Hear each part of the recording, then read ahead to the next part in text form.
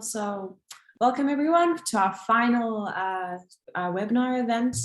You can see the agenda here in front of you. So I'll give a brief welcome and also tell you a bit more about the program, how we've progressed now into our last week before applications close.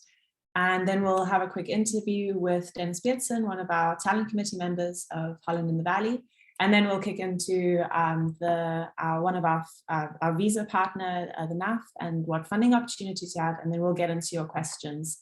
And hopefully, I'll actually go straight into the next slide in housekeeping. So if you do have any questions, please just put them into our chat and we'll address them right at the end. We've got a slot there for that session. And if you do have questions at the end, raise your hand, we'll try to address them. Please keep yourself muted, this session is recorded, so just keep that in mind. So if you want to keep anonymous, then don't share your screen.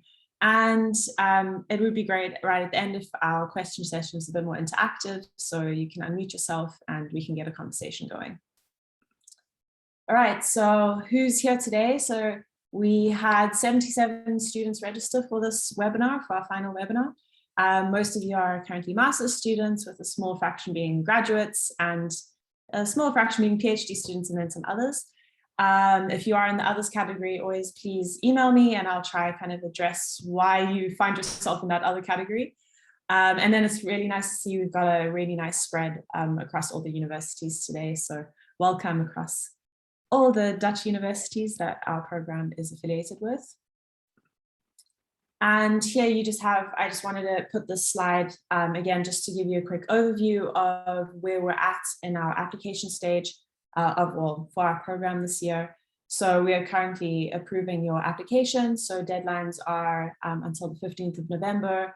And after that, we will start our first round of selections. And then you'll be notified on the 15th of December what that outcome is. And after that, we will start the matchmaking process where you will be in communication with us about submitting more company-specific resumes and preparing for interviews. And in that stage, we'll be proposing you to different talent partners. And then after that, so sometime around February, earliest February next year, we will hopefully start matching students with companies and having most of you actually go through in the summer. So that's kind of the overview that I'd like to share with you again. And as I'm sure you must be curious, is what are the numbers? So I shared a slide like this in our previous webinar, and since then the numbers have increased a lot. So we have currently 771 open applications. So that means you have started your application, you are on our application platform, but have not yet submitted your application yet. And then we now have 133 students that have submitted across all universities. And our first event, we had 120 attendees. And our last event, we had 90 attendees. And now we have roughly, 60 people attending. So pretty good outcomes. All right, and then I'll hand over to Deborah.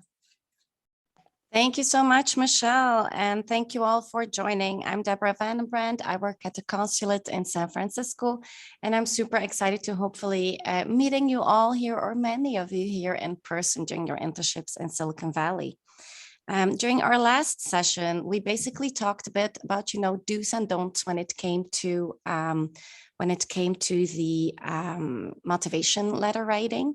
And also resume writing. So main do's, contact details, yes, include them. Also go into your work experience, awards and certifications. Keep it to 1 page though. That is something that we recommend.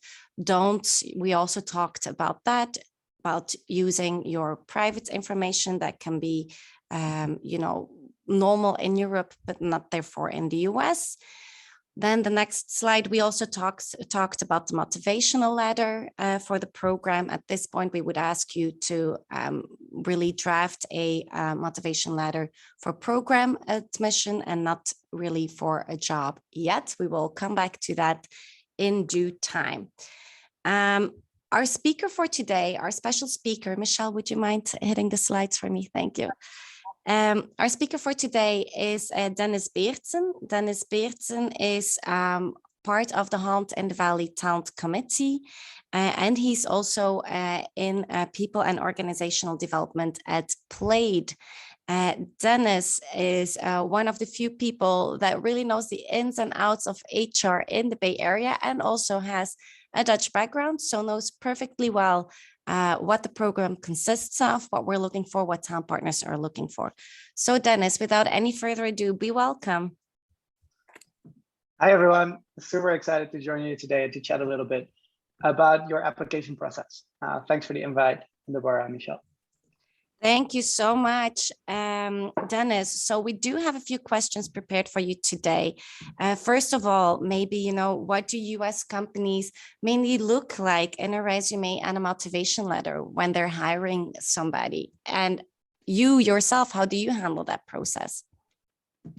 If I get resumes from my recruiter, the main question I ask myself if I review that is, does this person have the skills that I'm looking for in this role? And it really helps me as a hiring manager to see a section in a resume where they just list the hard and soft skills that that a candidate brings to the role. So just including sort of a first step, including a section where you just list, for example, the programming languages you have or the personal skills that you bring to a role, that really helps me as a hiring manager. The second question I ask myself is, do they really have the experience or knowledge that somebody needs to be successful? And that could be, did they ever do an internship that's related to this role, or is there a master or bachelor program they're enrolled in that is really beneficial for the knowledge that I'm looking for. Yeah, thank you so much. Yeah, Dennis, please continue. I know you came prepared. You have tons of advice for the students. Yeah, I think it's really important that you understand that the resume is your first touch point with your recruiter. And if they see the right things in that resume, they'll continue in that motivation letter. And in your motivation letter, they will check if you understand what's needed to be successful in that role. So can you explain how your skills, experience, and knowledge match with the job opportunity? And can you explain in your own words why you're excited about the role? And also explain why you're excited about working for that company or for the sector that company is in. So that motivation letter is really the second step. The first thing you need to do is grab the attention with your resume. Thank you so much, Dennis. So first point of focus should be really the resume, grabbing the attention of the reader. What would you say are the main differences when it comes to resume writing in the US and in the Netherlands or in Europe at large? I moved to the US from the Netherlands like 3 years ago. And when I sent my first draft of my resume to an American friend, he shared 2 tips with me that I'm also going to share with you all today. Those were the 2 things he really said I needed to improve. And when I reflect on the resumes that I see here versus the Netherlands, I still think those are the 2 main differences. Those are, one, American resumes are impact focused versus listing your responsibilities in the Netherlands, which is more of the standard. And the second thing is that you have to be very mindful of your personal information on your resume if you submit it to an American company. I'll go into both to illustrate a bit what the differences are. With impact focus, we mean that when I submitted resumes or created resumes in the Netherlands, I was used to just writing down the responsibilities I had in my work. So what was I working on? But American resumes really focus on the results of your work. Maybe I can give an example, and I'm going to read that out because I prepared that one, but I'll give an example of I prepared and how my friend helped me to sort of reframe that to an American standard. So on my resume in the Netherlands, I highlighted a project that I did during my master's program, and I put it something like this. I was a founder and project manager of a social initiative to raise awareness of food waste. I organized an event and worked on several social media strategies. That was my example in the Netherlands. And he helped me rewrite this for my American resume, and then it became this. Founder of a social initiative to find food waste, used several social media strategies, and organized an event. outcomes, 415 attendees, 12 participating restaurants, and coverage in 4 national newspapers. So as you can see, like, it was really focused on what did you achieve? What was the result of your effort? And that is really what American companies want to see in a resume.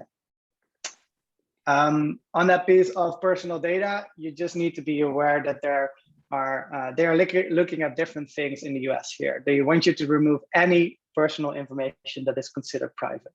So a picture, your date of birth, gender, race and religion, address, immigration status, etc. You're all gonna remove that from your resume. Personal info, keep it to name, email, and your LinkedIn profile. That's really all they want to know. Thank you so much, Dennis. So a major do is to really create impact also on your resume when referring to previous roles. So be less descriptive in nature, but really focus on also statistical output or other, measurable output that you can convey. And then a major don't is indeed to provide, too much personal information that might be normal in the Netherlands, but not in the US.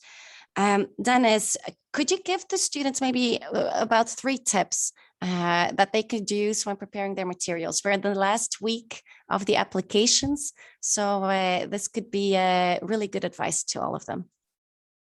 Okay. And Aisha, I also got your question. Yeah, you make sure your LinkedIn profile matches exactly what's on your resume. That's always a good tip as well. But the 3 tips I would take into account when you prepare it.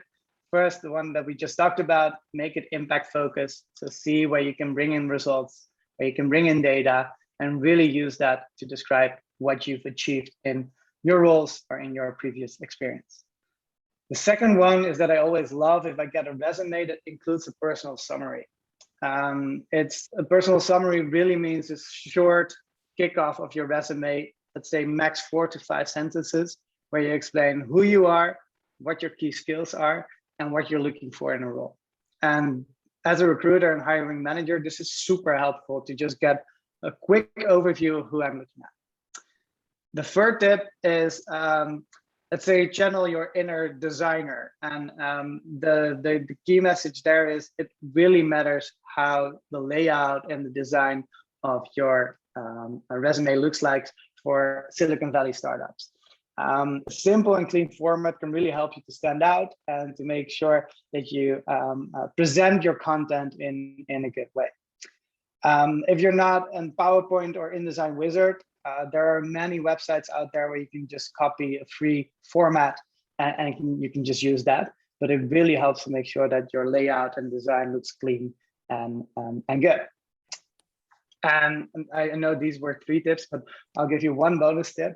Don't send it out before you ask a friend or a colleague to read it over. And before you submit it, make sure you ask somebody to review it so they can catch any final spelling errors or just give you some tips as well. Thank you so much, Dennis. Great tips. I think also for students, it's useful to realize that when you are in your role going through stacks and stacks of applications, really you want to have a resume that grabs your attention immediately. And I think that brief summary at the top really helps you as well to gain an understanding of what the rest of the document will basically hold for you and whether you're interested in really going into that or not. Awesome. Now, what should students avoid when preparing their materials? Do you have any pitfalls that you'd like to warn them for? Yeah, no picture to answer your question, Aisha. And the other one is to get too wordy or lengthy. I really like resumes if they're max 1 page, so I have everything in one overview. That also means in describing your roles and describing maybe some extracurricular stuff that you did, really keep it simple. So 1 or 2 bullets max per work experience or per describing your bachelor studies or whatever. You really need to remove anything that a recruiter isn't interested in. Stick to the most important information. That is really key. Thank you so much, Dennis. And then lastly, if you could give the students one big tip based on all of the HR experience that you've gained so far, what would that be? Don't be too shy. Don't be too humble. Well, working in the US, I saw my sort of assumption, sort of confirmed that American employees are very, very good in selling themselves. And personal branding is a key skill that people bring here. I know that many, if you grew up in the Netherlands, we have a Dutch culture that sort of values being humble, but you really need to throw that overboard a little bit if you prepare your American resume and motivation letters. Don't be too shy, focus on your achievements, and really try to sell yourself with your resume and your motivation letter. It's really needed here. Thank you so much, Dennis. I think this is super insightful for the students. Thank you so much for joining us today. So for all of you, Dennis is on our talent committee. He is a very close member of the Holland in the Valley network. So hopefully he'll also be able to meet you all when you come to the Bay Area in 2022 for your internships. Dennis, you have a very long day ahead of you. So thank you so much for tuning in. Thank you so much. Love to meet you. Bye-bye. Thank you. Maybe in order to come back to another few questions that you've asked us, so indeed, we would like you to stick to one page if you can, 2 pages maximum for your resume. Other questions that were asked in advance to this session were the language of your documents. We would like you to submit all of your documents in English, including also the letter of recommendation, including also your motivation letter. Motivation letter is important to us to also gain an understanding of your fluency in English. Your letter of recommendation could then also be the same letter that we can use basically for your visa application, because you will also need some supporting materials for that one. If at this point your letter of recommendation is in Dutch, don't panic. It will be fine. We'll get in touch with you. And you can resubmit that one if you've been selected through the first round. So those are a few pointers at this point, but if you still have to add your letter of recommendation, please make sure that that one is in English as well. Michelle, any other points that you'd like to react to at this point in time?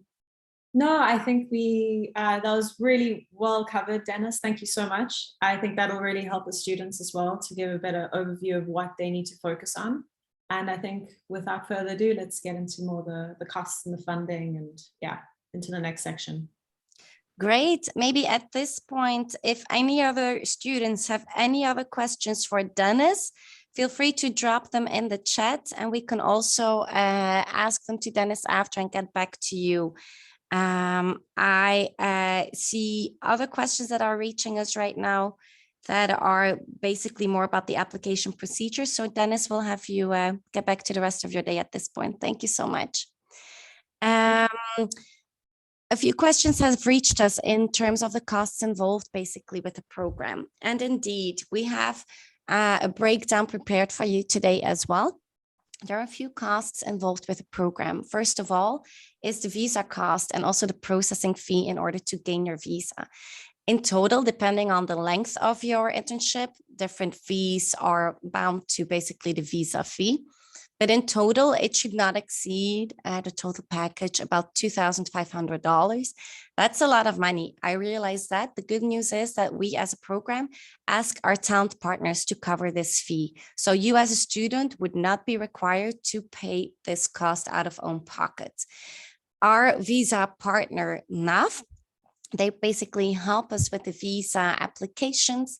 The NAF is the Netherlands America Foundation. They're a not-for-profit active in the US, and they have a whole range of programs. One of them is a J1 visa program that they help monitor.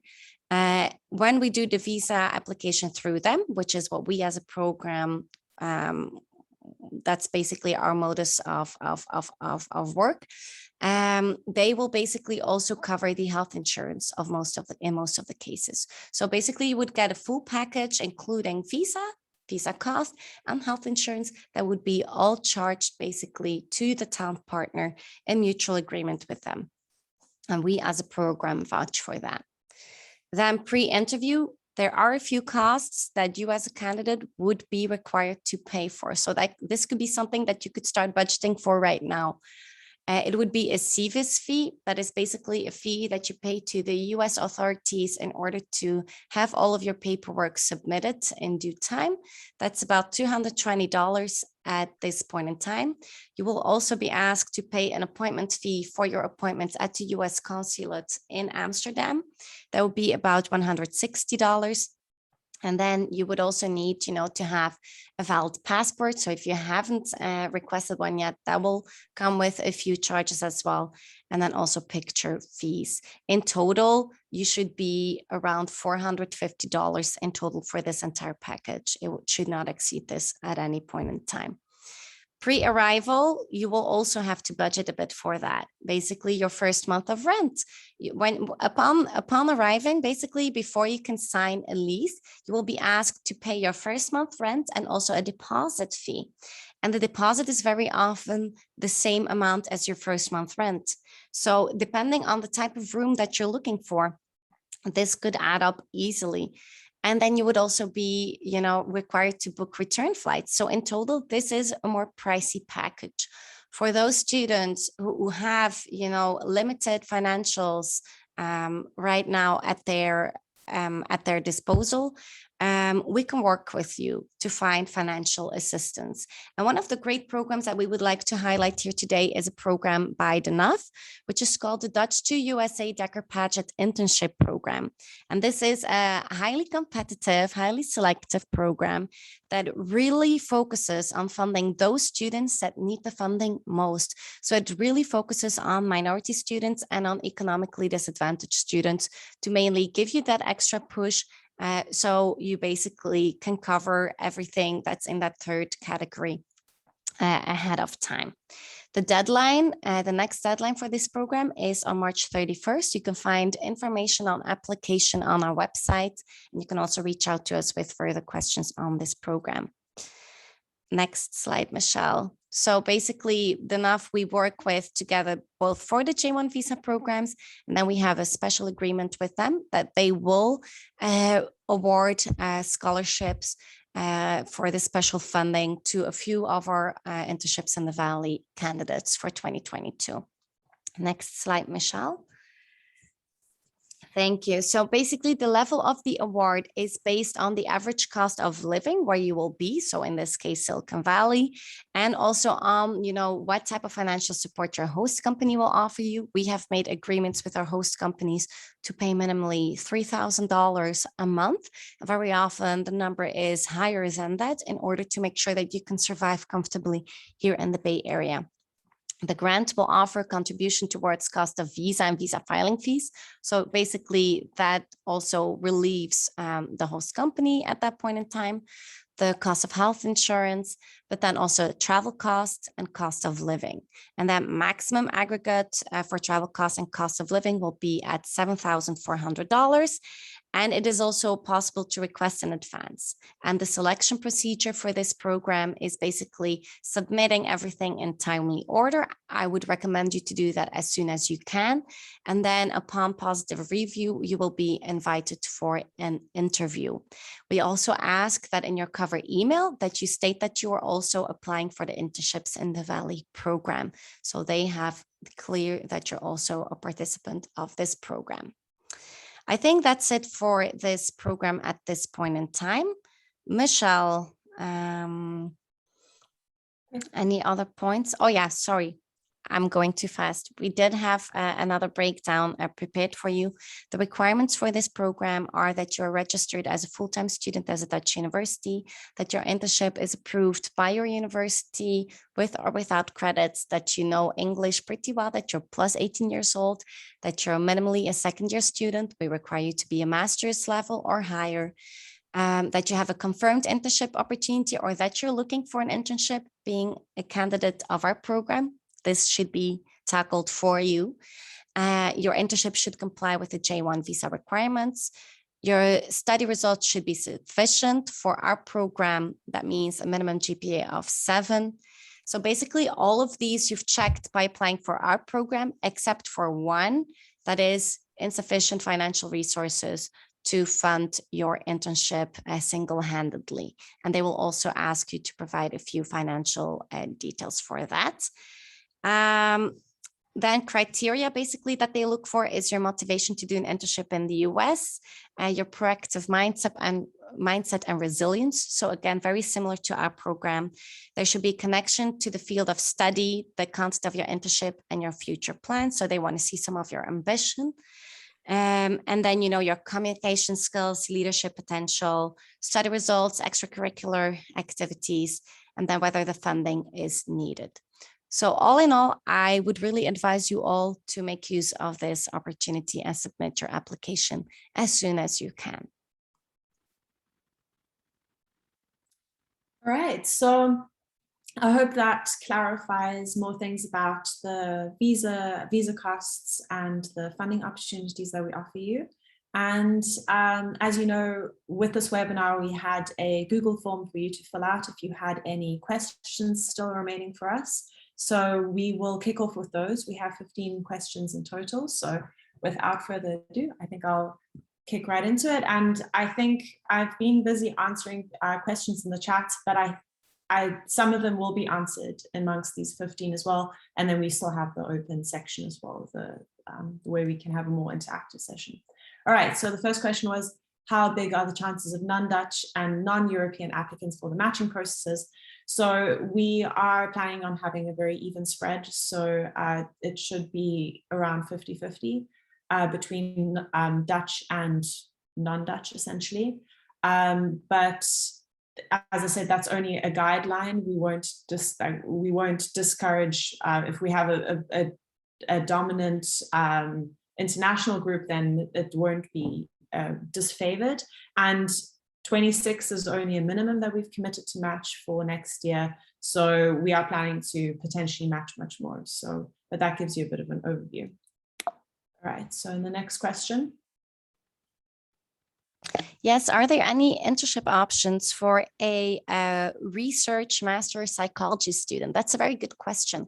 Basically, the J1 visa program caters to a very broad bandwidth, basically, of students and of education focus areas. One of the few exceptions is basically anything medical. So if you want to come to the US to do a clinical trial on the J1 internship, that won't be possible, unfortunately. However, if you are a psychology student and you are open to working, for example, for a behavioral science startup and working in their business development team or in their on-site market research team, so in a more applied setting, that again could be possible. So it basically depends a bit also on your flexibility as a student at that point in time. So it's not a hard no, but it is a no if you are expecting to be training with a psychologist in their office. That won't be possible in that particular form.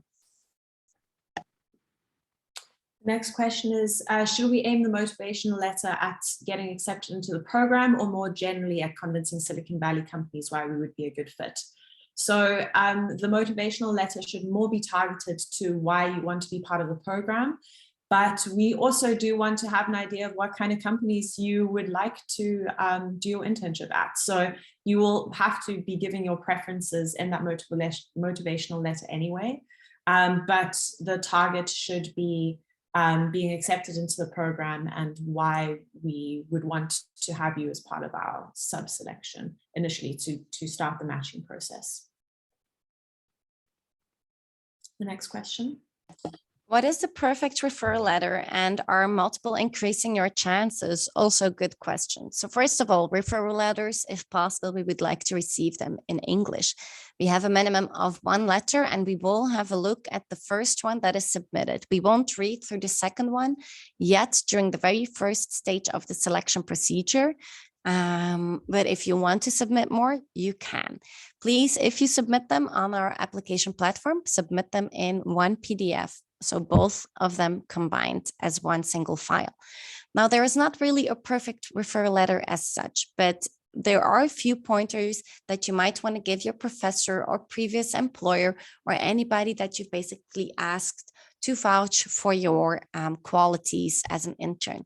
Basically, references are really used in the US way more than in the Netherlands in order to give a future employer an idea of the trustworthiness and of the qualities of the new employee or of the prospective employee.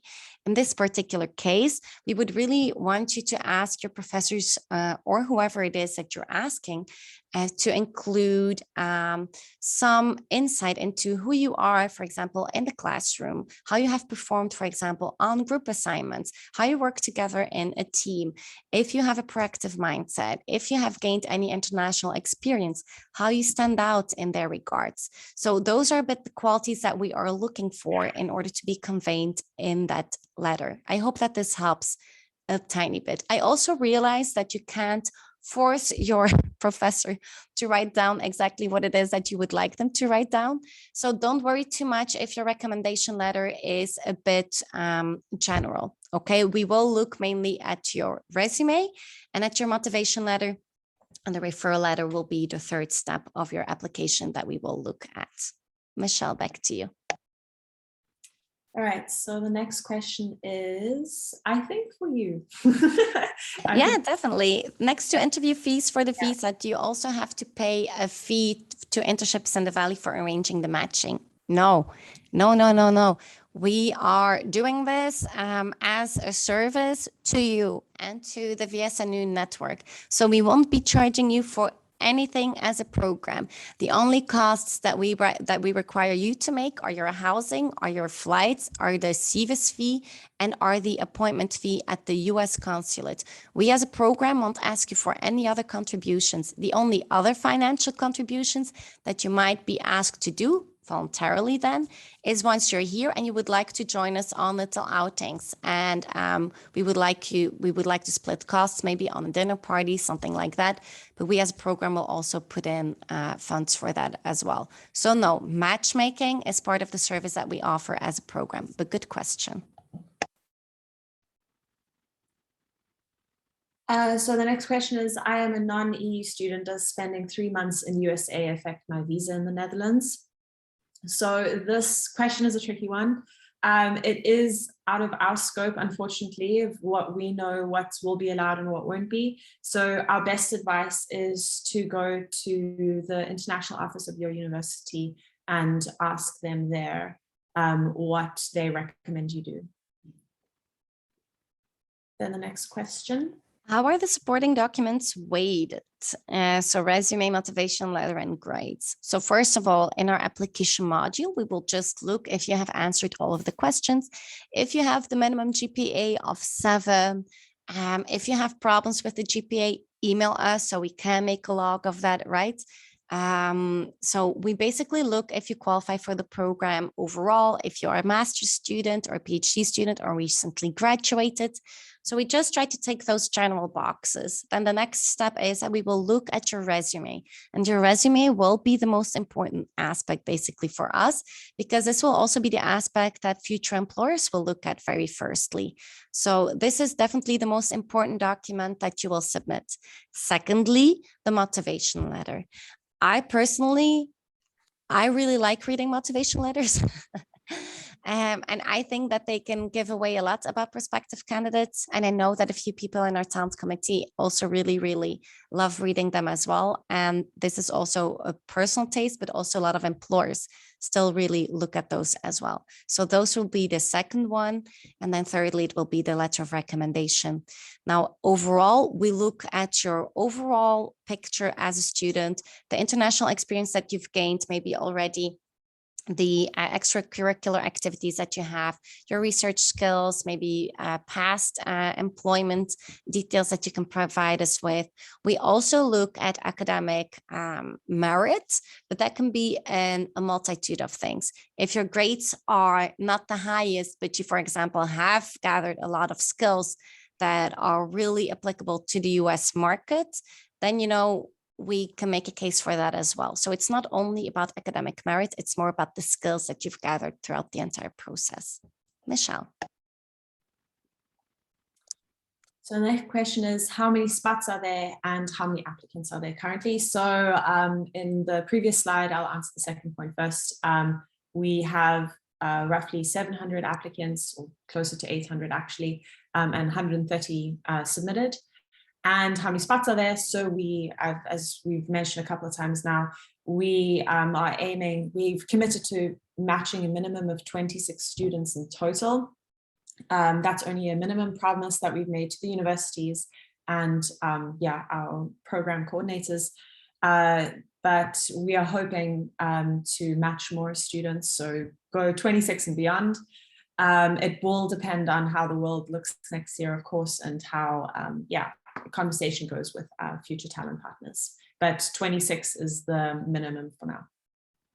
Yes, and I'd like to immediately add a follow-up question to that one, if I may, Michelle. We received a question from Miriam, who asked if in the end, you know, unfortunately, you don't get matched to one of the town partners, so you receive feedback on why you didn't get selected. So we will do a very first selection of profiles that we will retain to move forward with by December 15th. So by December 15th, you will hear whether, you know, you were part of the strongest group of applicants or not. If you'd like to receive feedback on why you didn't make it into the next round, then you can always email us and we'll be very happy to provide that feedback on an individual case, on an individual basis. So that would be one way around. Then the profiles that we've retained, we will move forward with. And then of those, we hope to make, as Michelle said, at least 26 matches. So if at any point during the process you have questions, we're super responsive for that. Just let them come. And we're very happy for you to also learn from your application. So if you'd like that feedback, don't hesitate. Then that brings us to the next question. And that is, what is your perfect candidate? So I love this question because there's not a perfect candidate as such, of course. We take pride in our program that we look at a very diverse pool of students, that we look at Dutch students and non-Dutch students, and that we try to strike a balance between that we also try to strike a balance between gender representation into the students that are being chosen in the end. Perfect candidates for me are students that are resilient, that are motivated to come to the US, that have put a lot of thought and work into preparing their application materials, that know what they would like to get out of an internship experience in Silicon Valley, and that basically are ready to come, are a bit flexible in their mindset, are resilient. Those are the qualities that we are looking for. And we will test for those basically, if that's not super clear from your motivation letter, we will test for those during follow-up conversations with you as well. So don't worry too much if that's not super clear from your materials in the first round yet. Michelle. Okay, just give me a second. All right, the next question is the start and stop date negotiable, or is this strictly set to certain dates? So this is very much dependent on your talent partner that you are matched with. In principle, your start and stop date are negotiable, but a lot of US companies are going to be set up for summer internships and will be expecting candidates accordingly. So yeah, you can start the conversation with them, whether they will be open for other suggestions, but keep in mind that that's a lot of them will be tailored for that, understandably, just because that's how companies kind of work. They do accept summer interns on the regular. So yeah, that's how I would answer this question. Right, the next question. How can we share potential partners that match our field of study with you? And which companies should we include? Which info should we include about these companies? So that's a good question. So basically, we work with a portfolio of talent partners that we have vetted in advance. So we've done site visits to make sure that you will be in an agreeable and safe working context, that you won't be in somebody's living room, basically, just sitting at the coffee table with the founder, and that's it, you and the founder, and that's part of the team. That might be amazing, but we do want to offer you the full-on Silicon Valley experience, and we want you to be part of a team of people. We want to make sure that your talent partner can also pay you a reasonable income. So we do work with a few criteria, and that's why we ask you not to approach talent partners on your own account as long as you're part of our program. Because first of all, it is confusing to our talent partners. Secondly, it blurs the lines for us as to which agreements you might have been striking with them that maybe are not in line with our policy as a program. And thirdly, also because we think it helps when we make the introduction on your behalf. That has been really our experience in the past. So if you see on our website a few companies that stand out to you, feel free to let us know. If there are other companies in the Bay Area that you are interested in joining, or learning more about, feel free to just send us an email at internshipsinthevalley@vu.nl, and we will have a look at those companies for you. Just include their names, their website, and maybe a very brief description. And the description you can find most often on the LinkedIn profile page of the company. So we have a general idea of what this company does, and then we will reach out to that company and we'll get back in touch with you as to whether or not this company is open to working with us and whether they qualify basically for the program. So that's basically the way to go about that. Great. So the next question is, and a few of you have already been asking this in our Q&A chat, is when is the next deadline for 2023? I've only heard of this, of Holland or internships in the Valley last week, and I don't know if we'll be able to finish my application in time. So my answer to that is still apply, get something in for sure, to this person that asked this question. But we are aiming to offer this program every year in the same format. So our open and closing dates might vary a little bit, also just because this is our pilot year, so we're kind of testing out the waters a little bit. But in principle, this will be running every year for the same kind of candidates for the same universities. So, but my answer to this would primarily be, please do still get your application in. You can then take it from there, right? And it's, as always, it's a very good experience to submit an application and see how it goes. Is there any housing offered by the internship? Basically, no, because we also want you to be able to find a spot that you feel comfortable with. So we do offer a pre-departure brochure where you will find a lot of information on how to find housing, which neighborhoods we recommend, we don't recommend, which housing platforms we recommend, which ones we don't recommend. There are a few Facebook groups as well of Dutch people in the Bay Area that you could join in advance, that you could also put your query in. That's how a lot of interns in the past have found really amazing rooms through the local network. So don't hesitate to reach out to us. Another pointer that I have for you is I would recommend you to either send somebody on site to go inspect the housing, if it's real or not, or to vouch for it. You could also send it to us. We can't promise that we will do an on-site visit, but we can have a look at the location and at the profile to ensure that everything is in good order for you. Or I recommend you to come to the Bay Area first on an Airbnb or in a hostel for about 3 weeks or a month while you look for housing on site, because there are a lot of scams in the Bay Area. So be aware of that. Don't just sign off on anything that you've seen online without having had any conversation or anybody check it out if it is real in the first place. Michelle.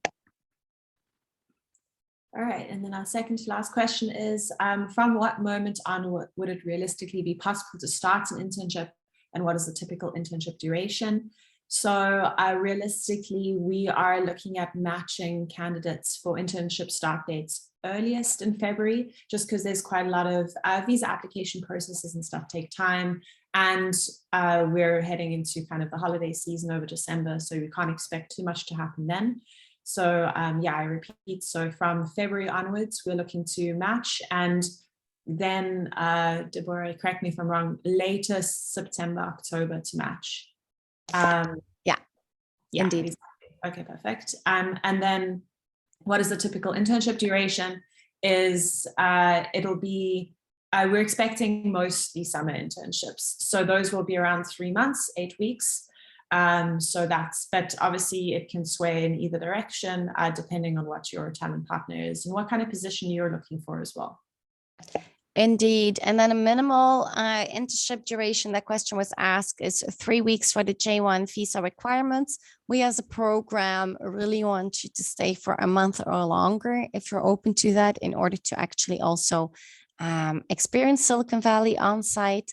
Summer internships indeed range from 4 weeks to about 12 weeks time, most often between 8 and 12 weeks. Maximum duration is 1 year, because that's also the cap of your J1 visa. If you want to stay longer, then you would have to talk to your host company to see if they are interested in hiring you and in investing in a follow-up visa for you. But that is something that we as a program no longer focus on at that point in time. Would be great for you though, but that's out of our reach. And that is also not the main scope of the J1 visa. So maximum duration 1 year. Then another question, I'm wondering, when you're accepted to an internship, are you then living in San Francisco City, or can it be throughout the entire valley? You catch us at a bad day because it's pretty cloudy here today. We're having some rain, and that's wonderful because it's pretty dry here. It really depends a bit on where your company is based. If your company is based in San Jose, for example, that is about an hour by Caltrain from the city, then you could consider living in San Jose, which is a city that's actually a bit bigger south of San Francisco. If you are working in San Francisco, then definitely San Francisco itself. But our companies are spread all over the Bay Area, meaning they are either in the East Bay, so that is Berkeley and Oakland, for example, in the city itself, so San Francisco, or then in the South Bay, and that is then the Silicon Valley area. That includes, for example, Redwood City, Palo Alto, Mountain View, and that's where, for example, the big Google campuses are to be found. It really depends a bit on you as a student, which vibe you prefer. But we do look also at companies to be within reasonable commuting distance from the city as well. So companies that are not too far away from public transportation for your convenience. Great. And then we have gone into the open section at the moment, open question section. And I have been furiously copy pasting some of the questions that we've left unanswered. So I will kick off with the first one for you, Deborah. Is one of the candidates asked, when would the SEBIS fee and appointment fee be charged? Is that after the first selection round, so that's December 15th, or after being matched to a talent partner? Yeah, good question. That is after you've been matched with a town partner. So only then we will start the J1 visa process, because you need a training plan, and a training plan needs to be agreed on with the town partner, with the host company. So only then we can really start applying for the J1 visa. And only then you will be asked, once you have your training plan and you're holding that, only then you will be asked to pay those fees to move forward with setting up your appointments. So realistically, this won't be for February for the early ones. Michelle. Great. One of the next question was more about the application process. So person asked, I was wondering whether the My Profile section needs to be filled in, including the cover letter. I don't have any to-dos listed for now. Obviously, you've submitted your application then. If your cover letter is needed, could you elaborate on that? So strictly, you only need to submit all the documents and obviously all the short answer questions for your application form. Once you've pressed submit on that, you are done. But we recommend you kind of to personalize your profile a little bit, add a photo, add a description. But the cover letter itself as an external document on the My Profile section is not needed. If anything, that should be the same as your letter of recommendation. So I don't know if maybe that's caused some confusion in terms of the naming, but yeah, not needed. Thank you, Michelle.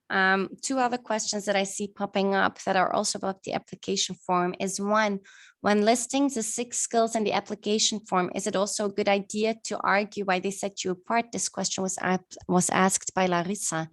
I think if you can argue for that very briefly and concisely, definitely feel free to do so, but it is not required necessarily. Then the second question that I'd like to answer right now is asked by Koen. For the application questions, is it possible to select that the duration and start date of the internship are not very relevant to you? If not, does a mismatch between the desired start date or duration and end date hurt your chances of being selected? No, this is a very, very first idea to give us what the desired internship duration would be. But we will also, once you've been selected, we will check back in with you again. And this will also depend a bit on the offer of town partners. So as soon as we've been speaking to a few town partners, we've been sending your resume their way, we will also check in with you again on start dates, on duration dates. The start date, I would say, is the most important one. If you're flexible, then don't worry about that. If you are limited, for example, because your graduation date will be within 1 year of internship start date, then that is something that we will have to be more careful about. But we can also deduct that from your graduation date in your materials. So don't worry about that too much. Michelle, would you like to add to that? No, all good. Rahel had a really good question as well, and I'll ask that to you, is there a possibility also to start an internship around end of October, beginning November 2022? Yes, definitely. As long as it's within 1 year of graduation date, then definitely. For us as a program, you can basically start at any point still in 2022. So if you really, really want to push it to the very last date, you could start still on December 31st, 2020, although I don't think anybody will be at your company at that point in time. But technically that is possible. But then, I would advise you to go a bit sooner or have your materials in good order already in the fall, just to be sure that you will be able to go.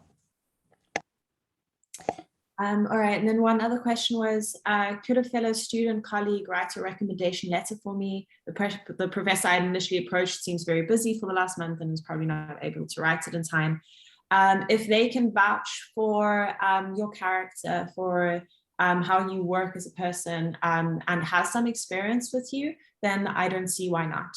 It's obviously very dependent on your situation, but if you see it as fit, this is your application, so I would say go for it. Yeah, definitely you can do that. However, I would say preferably it is from a previous professor or previous employer. If your professor seems very busy, then approach them again and explain to them why this is important to you. And you can also, give them a few bullet points. You can prepare something for them that they can then, choose which aspects they want to keep. So basically, if possible, go with a professor, go with a previous employer. If not, yeah, then you might have to resort to other measures. We totally understand that. Are there any questions of any students that would like to unmute themselves at this point in time?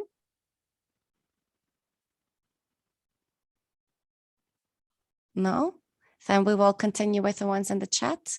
Yeah. I see one basically from Tiziana, who's asking how many people do you expect will make it past the first round? At this point in time, we're at about 130 finished applications.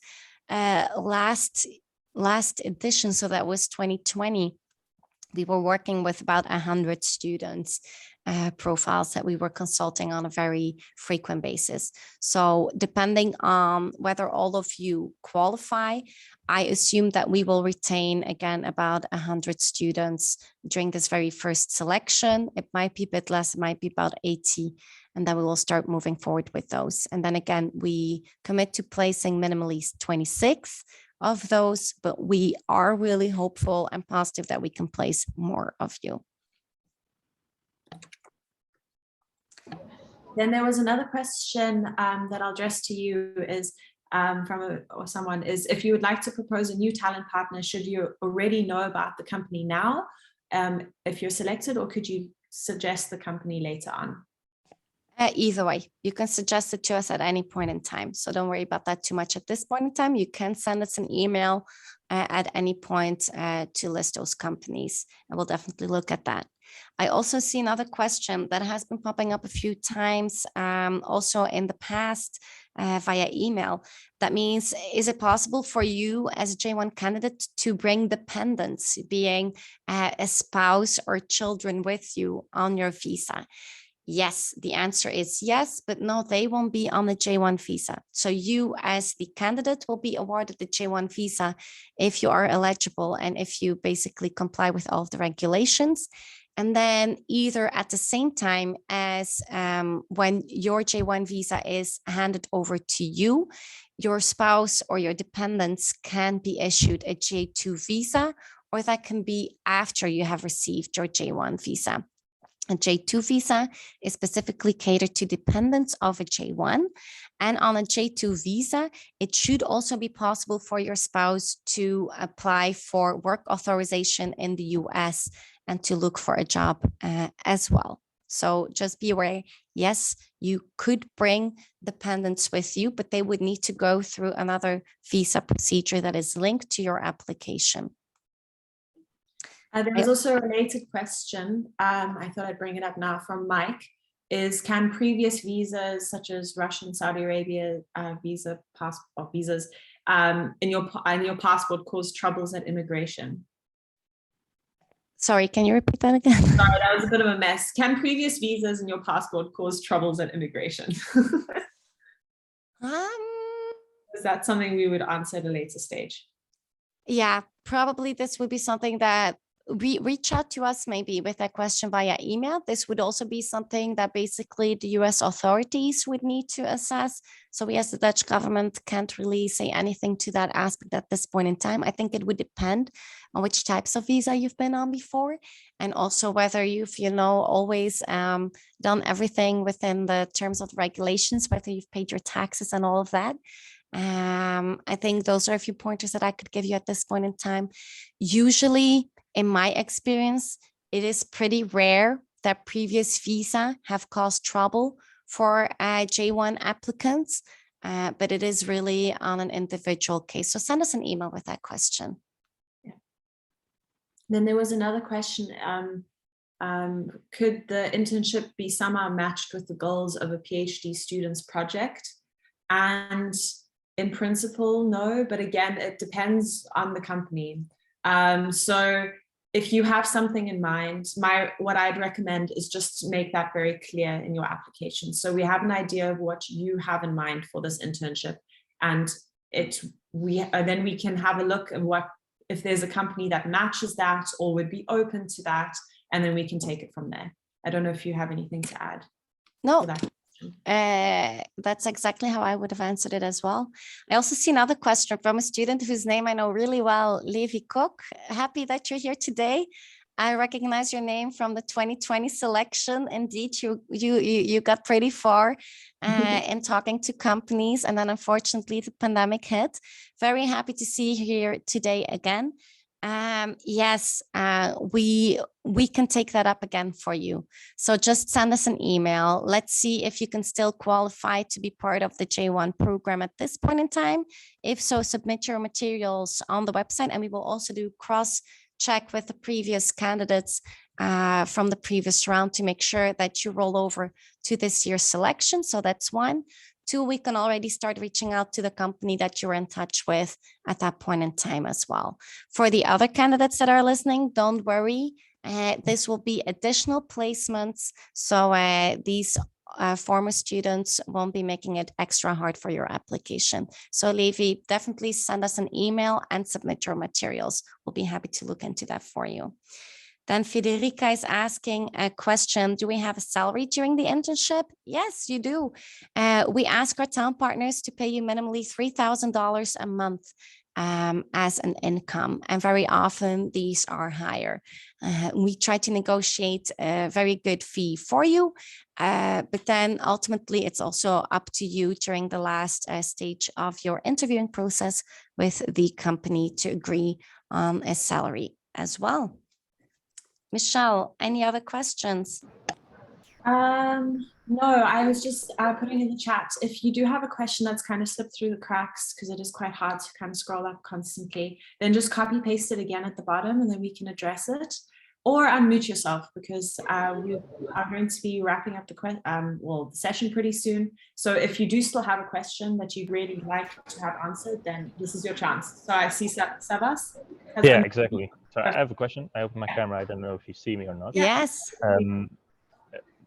So the first question actually is this general cover letter. Will the companies be able to see this as well? Second question is, when are we going to send out the company specific cover letters? Do you want to tackle that question, or should I? You can have a first go at it. All right. So yeah, cover letters, I assume you mean your letter of recommendation, but Your motivation letters. Yeah, your motivation letters. Yeah, sorry, that's what I meant. So we will first be looking at that internally. So we're looking at your application now until you hear from us again on the 15th of December. So that's then if you have made our sub-selection or not, whether we want to take you forward and start matching you with candidates. After that stage, we will begin the matching process, in which case we will contact you and then ask you to then rewrite. Obviously, it's in your interest to be as responsive at that point as possible. So we want that turnover time to be as minimal as possible. So if you are in open conversation with us after the first selection round, then hopefully, fingers crossed, interviews and all the company-specific documents will go fairly quickly. All right, that's clear. Thank you. Great. So Vaz, did you have a second question? Did I hear that correctly or not? No, I think it was those. Oh yeah, it's true. So the company specific ones, but I guess there's no like a deadline, or I mean, no. specific time. There's no strict deadline. Yeah. So we need you to just be very responsive at that point. I think that's the best way to answer it. Makes sense. Definitely. Right, and then we also had another question coming in. For example, if you're an English PhD student, yes, you can apply. However, the J1 internship visa is really for an internship at a company. So it's not for a research position at a university. If you're interested in that, then you can go through your own international office at your university. If you're open to doing an internship at an applied setting at a company, for example, an edtech company, then please submit your application and we'll be happy to look into that. Definitely. Then we had another question from Ramon saying, do you need to remove your personal information, example photo from your LinkedIn profile? No, not at all, please. We just ask it, or for your benefit, that your resume and your LinkedIn profile match and are up to date. So that's the only thing we request for your LinkedIn profile. And it will help you. Your LinkedIn profile is very important in Silicon Valley, as I'm sure Deborah will agree with me. So if anything, just have that up to date for sure. Definitely. If you don't have a LinkedIn profile yet, make one right now. Even if you only have 2 connections on there, that's totally fine. Just make sure that there is an online trace of your existence, because if not, for US counterparts, it is very weird. So just make one. I understand that it might seem a bit biased that you can't include a picture on your resume, but then it is okay to put a picture on the application portal and also on your LinkedIn page. I realize that that's a contradiction in itself. That is also something here in the market that is a bit odd compared to the Netherlands, because indeed on your materials, you don't have the picture, but then if people click to your LinkedIn page, then they will see your picture. It's just so that the very first point of contact with a company remains as neutral as possible, that they don't see your picture and that you can't be negatively biased with regard to any of that information during that very first encounter with the company. So that's basically what it's all about. Then Larissa, would you like to unmute yourself and ask your question? It's a very suggestive question. Obviously not. You're in the library, no worries. So the question is, in my master thesis, I will learn some new characterization techniques that I have now not yet attained. They might be relevant for some companies. Should I make these skills known or just focus on the ones already obtained? Both. Focus on the ones obtained now, but by internship start date, you will have obtained those others as well. So I would put that in there. I'll put, semester 2022 winter semester skills to be obtained, this, that, and that. So definitely make sure to also focus on stuff that you will be learning in advance of your internship start date, if you have a clear idea of what that will be. But then make sure that you have those things under your belt before coming to the Bay. All right, and then Rahel had a question as well about the grades, if they have from an international, so a non-Dutch system. And first of all, we don't require you to submit your high school stuff. It's just from your bachelor's onwards.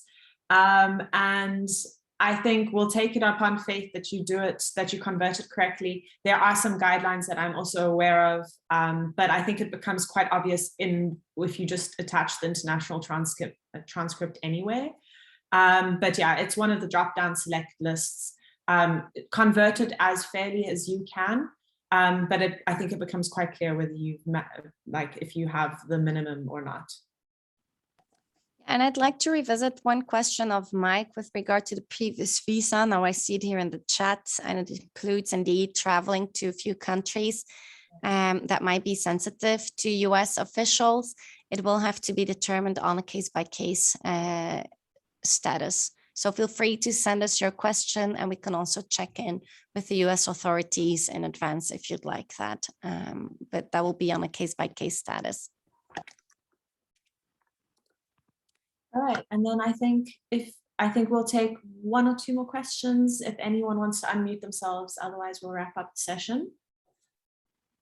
So speak now, forever hold your peace. Anyone have any last questions that they want to also be typing? I'll hold on a little bit, but I don't see any more questions in the chat. Do you, Deborah? No, I think we've tackled almost all of them. Last chance to unmute yourself and ask your question. Yeah. Okay, then, we would like to ask you, it's not because you've created a profile on our application portal that you're done, not at all. That's the very first step. We would like you to make sure to go through all of the questions on the portal and submit your documents, and do so before the 15th of November at midnight, right? So have everything in good order by then. We have a lot of people that are on the platform, but that haven't done the conversion yet to their actual materials.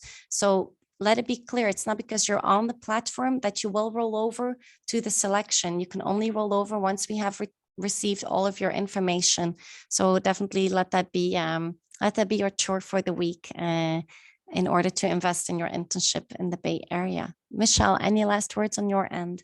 Yeah, so I think I've caused a little bit of a confusion, unfortunately. This was, I think my optimistic side had played this at the beginning, but our application platform is still quite new. So I had promised that I would review applications every 2 weeks. We had a hitch in that system initially. So if you've submitted your application, no news is good news. I will most likely have received it. I am going to, now the system's up and running, so I will be changing your status from an applicant to an applicant under review. And as I've done that, you will receive an automated email that unfortunately will either go into promotions or into your spam. So just make sure that you just check those folders as well. But I will be focusing on doing that until Friday this week. So that means I can still review your application. I can still see that all your files have been uploaded properly. So yeah, I recommend you submit that in time till Friday, because I won't be looking at it over the weekend. But I think that maybe just clarifies everything. So if you haven't heard from me, that doesn't mean something's gone wrong. I will be finally reviewing all the applications we've received so far until the end of the week.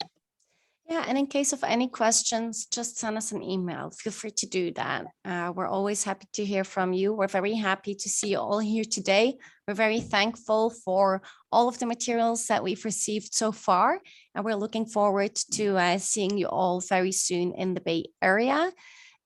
We also will be having our other program manager, Eva Janssen, returning after maternity leave. She just started again. So in the communication, it can be that you receive emails from me, Deborah Vandenbrand, from Michelle Barbour, who's with us today, or from Eva Janssen. We're basically the project team. Michelle, I think we can wrap it up. Yeah, no, thank you so much for coming. Good luck with the last bit of your application. And yeah, we're very excited to see all the applications come in. So perfect. With that, thank you very much. We'll be closing the session now.